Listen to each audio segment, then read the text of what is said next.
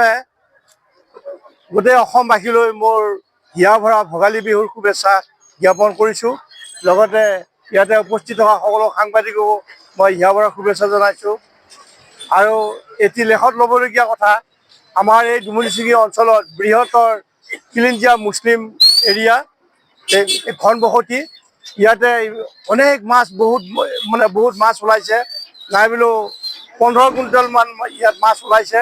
এই মাছবোৰ আমাৰ হিন্দু মুছলিম সকলো ৰাইজে লগ লাগি ক্ৰয় কৰিছে আৰু আজি এসাঁজ ভাত খাম বুলি ৰাইজ ওলাই আহিছে, উলহ মালহেৰে ওলাই আহিছে।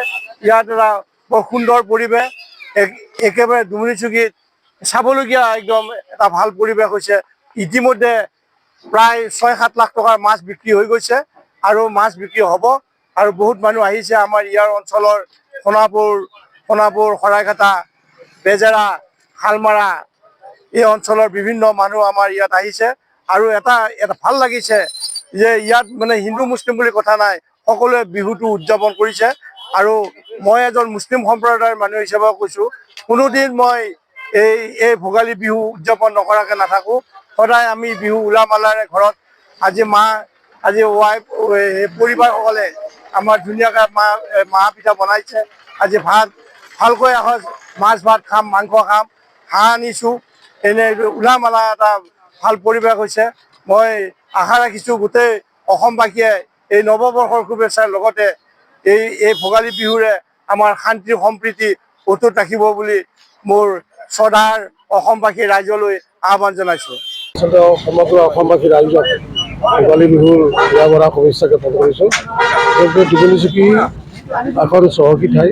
ইয়াত ভোগালী বিহু উপলক্ষে পূৰ্বৰে পৰা যথেষ্ট ডাঙৰ নিজা পুখুৰীৰ মাছ ইয়াত ওলায় আৰু দৰং কামৰূপৰ আমাৰ শ্ৰদ্ধাৰ ৰাইজসকলে ইয়ালৈ আহি ডাঙৰ মাছবিলাক সংগ্ৰহ কৰে।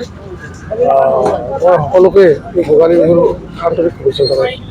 আচলতে যিটো বজাৰ মূল্য ইয়াত ঠিকে আছে, কোনো উচ্চ দাম ইয়াত নহয়। এটা সৰ্বসাধাৰণে কিনিব পৰা এটা দামত ইয়াত মাছ বিক্ৰী হৈ আছে। অসমবাসী ৰাইজলৈ ভোগালী বিহুৰ শুভেচ্ছা জ্ঞাপন কৰিছোঁ। আমাৰ ডুমুৰিচুকীটো এতিয়া ভোগালী বিহুৰ উপলক্ষে মাছৰ বজাৰ একদম মাছেৰে ভৰি পৰিছে আৰু আমাৰ স্থানীয় বেপাৰীসকলে সুলভ মূল্যত আমাৰ ৰাইজক মাছ যোগান ধৰিছে। গতিকে ৰাইজে আহি কিনে আমাৰ বজাৰৰ পৰা মাছ ক্ৰয় কৰিব পাৰিব এইখিনিয়ে জনাই। আৰু আমাৰ মাছখিনি গোটেই আমাৰ স্থানীয় পুখুৰীৰ পৰা এওঁলোকে আনিছে। গতিকে ইয়াতে কোনো মানে ভেজাল বা তেনেকুৱা ভয় খাব কাৰণ নাই। গতিকে ৰাইজে মাছ ক্ৰয় কৰিব পাৰে। কমন কাৰ্ড, গ্লাছ কাৰ্ড, দাম কিমান মাছবিলাক? দাম ভকুৱা 500 টকা কিলো, 6 কিলো, 7 কিলো এইবিলাক 400 টকা কিলো। ৰৌ 3 কিলো, 4 কিলো, 5 কিলো। লোকেল মাছ। চালানিটো নহয়? নাই বিলা মাছ এইবিলাক। ক'ৰ পৰা মাৰিছে? হা? ক'ৰ পৰা মাৰিছে? লাউজান, পকাদলি বুলি কয়, পকাদলি।